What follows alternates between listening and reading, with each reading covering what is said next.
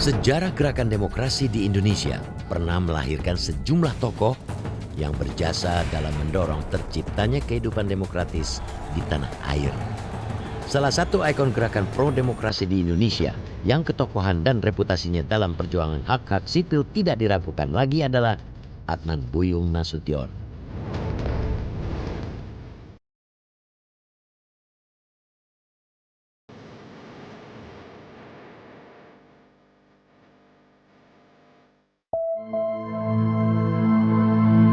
Nama Adnan Buyung Nasution dikenal luas sebagai seorang advokat handal sekaligus seorang pemikir dan aktivis pro-demokrasi yang melegenda. Adnan Buyung juga dikenang sebagai pendiri Yayasan Lembaga Bantuan Hukum Indonesia atau YLBHI yang dalam lintasan sejarah berperan besar dalam gerakan perjuangan menegakkan hak-hak asasi manusia atau HAM di tanah air dan melahirkan banyak aktivis HAM handal.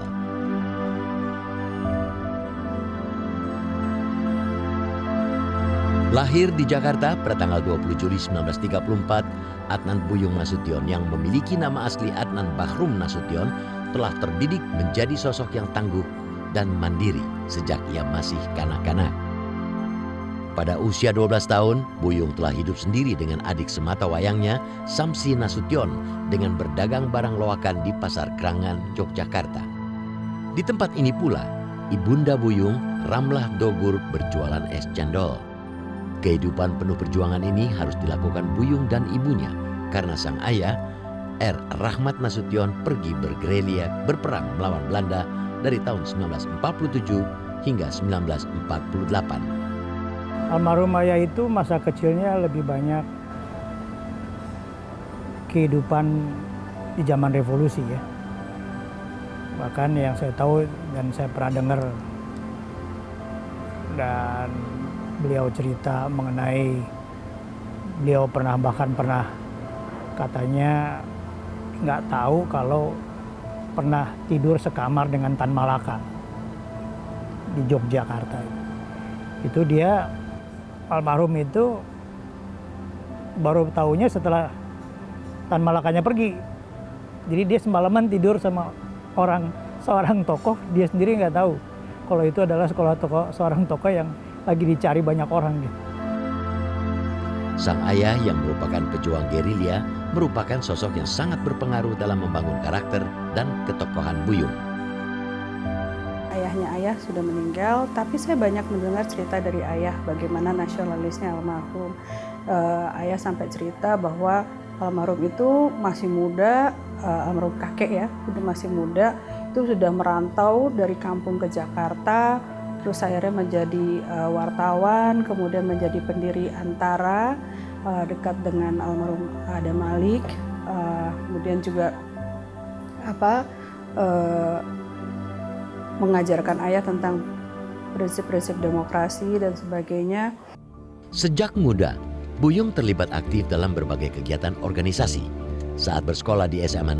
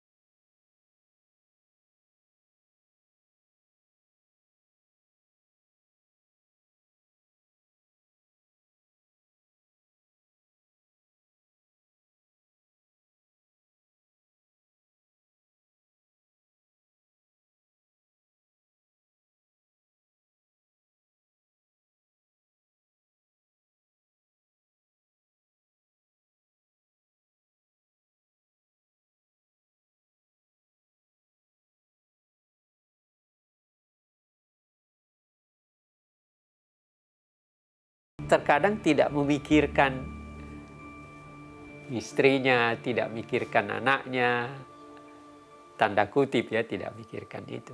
Tapi dia mikirkan yang lain yang menurut dia lebih besar dan menjadi bagian dalam pemikiran dia. Nah, itu yang dilakukan oleh Bang Buyung kan. Ketika dia meninggalkan posisi jaksanya, ya dia pergi aja. Karakter Adnan Buyung sebagai sosok figur yang kritis dan idealis juga tampak dari keberaniannya menyuarakan opini dan pandangan-pandangannya, termasuk terhadap pejabat yang tengah berkuasa. Pasca terjadinya peristiwa G30S pada tahun 1965 misalnya, Buyung yang tercatat sebagai pendiri dan ketua gerakan pelaksana Ampera kerap terlibat dalam aksi-aksi unjuk rasa memprotes beberapa kebijakan pemerintahan Presiden Soekarno. Nah, beliau tahu bagaimana rakyatnya menderita itu zaman Soekarno itu. Jadi beliau malah lebih banyak turun ke bawah untuk malah membantu masyarakat yang kekurangan ini. Saya ingat banget itu hampir tiap minggu tuh beliau sendiri turun membagikan beras segala macam ke pelosok-pelosok di Jakarta itu. Jadi memang kalau masa pemerintahan itu beliau tuh benar-benar merasa bahwa masyarakat itu bukan makin baik kehidupannya, malah makin terpuruk, makin jelek. Itu apapun yang dilakukan dan diucapkan, ya, diinisiatifkan oleh Buyung, ya, itu mendapat pemberitaan yang luas. Jadi dia jadi semacam spokesperson gitu, menjadi juru bicara dari demokrasi.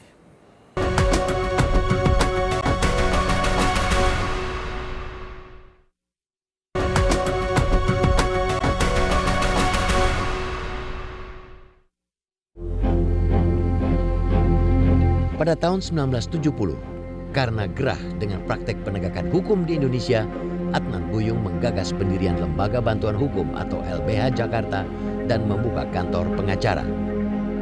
Gagasan Buyung untuk mendirikan LBH ini muncul dari refleksi dan pengamatannya pada praktek persidangan saat itu, di mana pada banyak persidangan, Buyung kerap menyaksikan para terdakwa selalu pasrah menerima dakwaan. Melihat hal ini, Buyung beranggapan bahwa para terdakwa butuh pembela. Pembahasan mengenai pentingnya LBH didirikan itu sudah mulai sejak tahun 69. Nah, ketika rapat Pradin Persatuan Advokat Indonesia dilakukan, ya, waktu itu belum ada IKADIN, ya, belum ada yang lain-lain. Nah, Buyung sudah mengatakan bahwa organisasi profesi harus punya tanggung jawab hukum, tanggung jawab sosial untuk membantu masyarakat miskin yang tidak punya, ya, yang papa. Nah, usulan itu diterima, tapi baru bisa diwujudkan pada tahun 1971. Karena mewujudkan sebuah lembaga bantuan hukum, ya, cuma-cuma itu membutuhkan banyak sekali modal, banyak sekali kesiapan, baik dari segi legal maupun dari segi sumber daya manusia maupun dari segi finansial. Demi memuluskan rencananya mendirikan LBH, Buyung melakukan pendekatan dengan banyak petinggi hukum seperti Yap Tiam Hin, Lukman Wiryadinata, dan Ali Murtopo. Melalui Ali Murtopo, ide ini sampai ke telinga Presiden Soeharto. Meski kerap melakukan kritik terhadap Orde Baru, namun pemerintah tetap menyetujui dan mendukung langkah Buyung ini. Dukungan atas pendirian LB Jakarta juga datang dari Gubernur DKI Jakarta saat itu, Ali Sadikin. Meski proses pendiriannya didukung pemerintah Orde Baru, namun di kemudian hari LBH justru kerap bersikap kritis terhadap berbagai praktek penyelewengan kekuasaan yang dilakukan rezim Orde Baru. Ya, dia bersama Todung Mulya Lubis mengembangkan perspektif baru tentang gerakan bantuan hukum, bukan hanya lawyering, membantu orang supaya menang kalah di pengadilan, tapi juga bagaimana menggerakkan kesadaran keadilan itu sebagai gerakan sosial, struktural sifatnya, memperdekat orang miskin kepada orang kaya, orang tidak berkuasa kepada orang itu pendekatannya struktural. Nah, itu yang dipromosikan oleh Bang Buyung dan juga Todung Mulya Lubis dia menjadi gerakan sosial yang masif. Sehingga sesudah dia meninggal, gerakannya itu nggak hilang, terus seluruh Indonesia. Itu jasa beliau. Saat itu saya kira Bang Buyung kemudian dengan Saudara Mulya Lubis ya, Todung Mulya Lubis, mengembangkan konsep bantuan hukum struktural. Ya, jadi karena problem hukum itu adalah problem struktural di Indonesia itu, ya karena bagian dari efek atau side effect dari pembangunan Orde Baru waktu itu yang lebih mendepankan developmentalism, ya sehingga mengabaikan hak-hak masyarakat, hak pekerja, hak petani, hak demokrasi dan lain sebagainya. Nah, bantuan struktural itu ya selain tadi bagaimana membangun sistem pemerintahan demokratis dengan basis pada pemerintahan yang bersih, penegakan hukum, ada kebebasan bicara, kebebasan berorganisasi, ya, dan itu kemudian menjadi program keseluruhan LBH. Setelah beroperasi selama 1 dasawarsa, pada tanggal 13 Maret 1980, status hukum LBH ditingkatkan menjadi Yayasan Lembaga Bantuan Hukum Indonesia atau YLBHI. Pada masa pemerintahan otoriter Orde Baru, keberadaan YLBHI dan LBH di daerah bukan hanya berperan besar dalam memberikan bantuan hukum pada kalangan yang tidak mampu atau tertindas, namun juga berperan besar menjadi lokomotif gerakan demokrasi. Lembaga bantuan hukum ini kan dimaksudkan tadinya adalah mengakomodasi semua gagasan-gagasan bantuan hukum untuk orang miskin, orang-orang yang tertindas oleh struktur. Lalu didirikan yayasan. Dan yayasan itu kemudian berkembang. Kebetulan dia berkembang oleh karena banyak warga mahasiswa-mahasiswa juga yang ikut tertarik. Oleh karena apa? Salah satunya karena kinerja dari Bang Buyung. Dari Bang Buyung itu kan tidak saja hanya dia membela, juga mengajak yang muda-muda, misalnya kalau sidang diajak orang, ya kalau habis sidang dia bercerita. Jadi orang banyak merasa bahwa kerja-kerja dari Bang Buyung ini adalah membantu orang. Karena sikap kritisnya dianggap mengganggu pemerintahan Presiden Soeharto, pada sepanjang tahun 1980-an, Adnan Buyung kerap menerima berbagai ancaman dan intimidasi. Salah satu pemicu kemunculan ancaman-ancaman ini adalah tindakan Buyung mengusir oknum polisi yang berbuat rusuh dalam persidangan kasus tindak subversif dengan terdakwa HR Darsono. Kalau saya tidak salah kejadian itu 85 atau 86, ayah bela Pak HR Darsono. Disitulah terjadi tragedi di mana ayah mengusir polisi yang masuk ke ruang sidang. Padahal sebenarnya ayah lakukan itu untuk menyelamatkan martabat majelis hakim yang ada di situ, karena menurut ayah itu kan itu area sidang yang harusnya majelis hakim yang punya peranan di situ, yang punya kewenangan, kekuasaan di situ. Nggak boleh polisi masuk terus nunjuk-nunjuk hadirin untuk supaya diem gitu loh. Itu harusnya majelis hakim yang ngomong. Tapi karena sikap ayah itu, ayah kena contempt of court sehingga lisensinya dicabut. Nah itulah yang kemudian bergulir sehingga akhirnya menjadi juga sikap keras ayah makin keras terhadap Orde Baru itu. Untuk menghindari ancaman yang lebih besar, pada tahun 1987, Buyung terpaksa hijrah sementara ke negeri Belanda. Di negeri kincir angin ini, Buyung memanfaatkan 8 tahun waktu pelariannya untuk mengambil kuliah program doktoral di Universitas Utrecht. Satu hari kita agak telat nih, apalagi Bang Buyung mau menyelesaikan doktor. Saya riset di Rijksuniversiteit Leiden, Bang Buyung di Rotterdam. Nah, kita ketemu lagi di situ. Jadi dia udah lebih dulu, dia lagi nulis dissertasi sudah hampir jadi. Kata guru besar di sana, itu tebalnya 1000 halaman, disuruh dipotong-potong, tapi dia kesulitan motong. Banyak sekali yang mau ditulis. Nah, sedangkan saya menulis mengenai kedaulatan rakyat. Begitu ketemu saya di Leiden, teguran pertama dia, Jim, you nulis apa? Itu apa gunanya untuk rakyat? Aduh, belum baca, abang belum baca disertasi saya, sudah ngeritik aja. Pada tahun 1992, Adnan Buyung menyelesaikan studi doktoralnya di Universitas Utrecht dengan menulis disertasi terkenal berjudul Aspirasi Pemerintahan Konstitusional di Indonesia, studi sosiolegal atas Konstituante 1956-1959. Lewat disertasinya ini, Buyung turut menyumbang perkembangan narasi sejarah ketatanegaraan Republik Indonesia. Dalam dunia akademis, Buyung menjadi orang pertama yang meluruskan cara pandang banyak pihak terhadap Konstitusi Republik Indonesia, terutama cara pandang terhadap sejarah terkait Konstituante yang banyak disalahpahami. Setelah kembali ke tanah air lewat berbagai forum diskusi, Adnan Buyung dikenal luas sebagai intelektual publik yang kerap melontarkan pandangan-pandangan kritis terhadap pemerintah Orde Baru. Pada dasarnya dia tidak menghendaki kembali, apalagi pada saat itu konteksnya konteks otoritarianisme, ya, konteks totalitarisme, ya. Jadi itu yang dilawan pada dasarnya, bahwa dia ingin hukum menjadi semacam panglima, ya, bagi negara yang demokratis. Dan sebagian tentu dari, kita nggak bisa bilang itu tidak tercapai, sebagian dari cita-citanya itu memang bisa dihasilkan. Buyung punya wibawa, punya karisma, ya, yang bisa menyampaikan ide-ide dan gagasan demokratis kepada publik, ya. Dan media suka dengan Buyung Nasution. Media mencintai Buyung Nasution. Karena itu apapun yang dilakukan dan diucapkan, ya, diinisiatifkan oleh Buyung, ya, itu mendapat pemberitaan yang luas. Jadi dia jadi semacam spokesperson gitu, menjadi juru bicara dari demokrasi. Buyung juga berada di garda depan dalam gerakan pro-demokrasi yang pada tahun 1998 berhasil menumbangkan kekuasaan rezim Soeharto.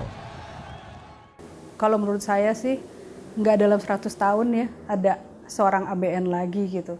Tapi bagaimanapun kita harus berusaha untuk mengikuti jejaknya, menjalankan semua nasihat yang telah dia berikan kepada kita, ya tentunya dengan keterbatasan kita masing-masing.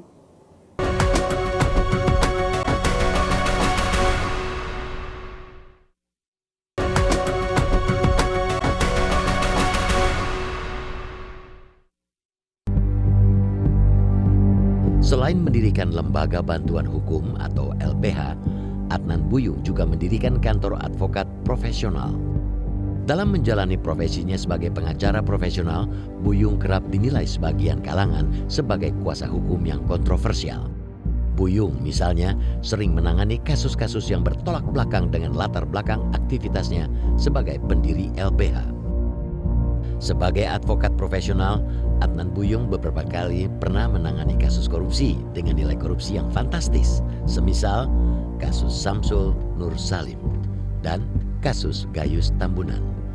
Menurut Buyung, pilihan dan langkahnya menjadi pengacara sejumlah figur dan kasus kontroversial bukan tanpa alasan. Sebagai advokat yang mengaku tidak pernah hitam putih dalam melihat kasus hukum, Buyung berpendapat bahwa orang yang bersalah sekalipun tetap berhak didampingi pengacara, terutama agar proses hukum berjalan adil dan kebenaran bisa terungkap. Siapapun yang menjadi korban dari tindakan represi, ketidakadilan, beliau akan bela. Nggak apakah itu pengusaha, apakah itu buruh, apakah itu seorang militer atau pemerintahan, beliau akan bela. Dan kadang-kadang beliau melihat dari sisi sudut yang berbeda yang kita pikirkan. Seolah-olah kalau kita mau membela buruh, kita nggak boleh membela pengusahanya. Tapi kan sebenarnya beliau melihat dari sisi, sebenarnya ini ada kasus yang terselubung, ya. Ini hanya mungkin bisa diungkap kalau kita bela dari sisi korban, dalam tanda petik korban rekayasanya. Jadi kadang-kadang beliau masuk dari sisi yang berbeda. Jadi dia selalu mengajarkan sama kita di kantor, menjadi pembela itu bukan berarti kita membenarkan yang salah. Artinya seseorang bersalah kemudian kita bela mati-matian sehingga dia menjadi hilang sama sekali kesalahannya. Tidak seperti itu.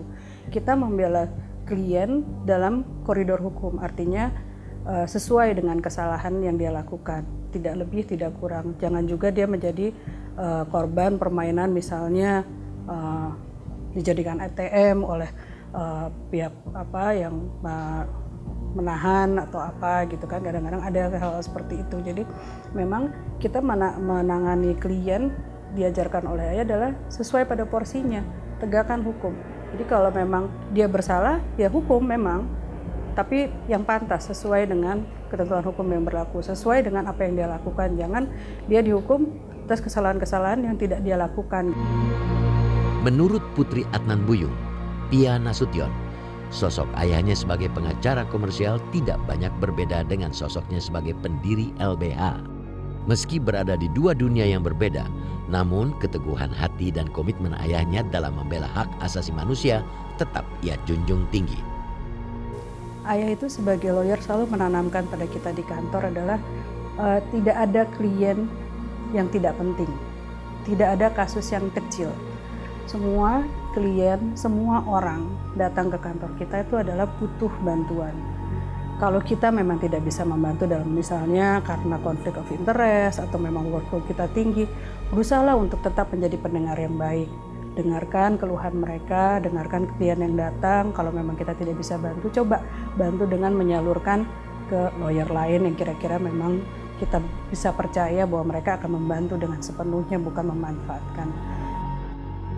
Kerap hilang dalam kehidupan keluarga, di hari tuanya Adnan Buyung Nasution mencoba menebus waktu bersama orang-orang terkasihnya. Di mata keluarga, Buyung dikenal sebagai sosok ayah yang tegas dan demokratis. Sosok ayah yang selalu mengajarkan anak-anaknya untuk pantang menyerah, tidak takut menyuarakan pendapat, dan hidup berguna bagi orang lain. Ayah itu selalu mengutip omongannya Voltaire ya kalau nggak salah. Kamu boleh berbeda pendapat dengan saya, tapi saya akan bela hakmu untuk berbeda pendapat dengan saya sampai saya mati.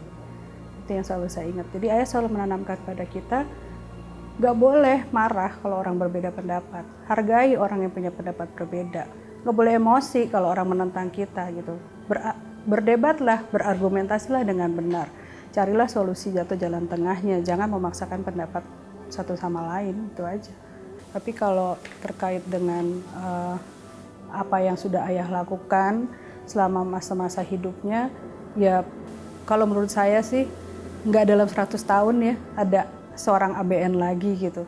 Tapi bagaimanapun kita harus berusaha untuk mengikuti jejaknya, menjalankan semua apa nasihat yang telah dia berikan kepada kita, ya tentunya dengan keterbatasan kita masing-masing. Adnan Buyung Nasution meninggal dunia pada tanggal 23 September 2015. Ia pergi dengan meninggalkan banyak jejak dan keteladanan. Dari teladan keberanian, teladan idealisme, hingga keteladanan untuk menjadi seorang yang punya hati dan selalu berusaha bermanfaat bagi orang lain.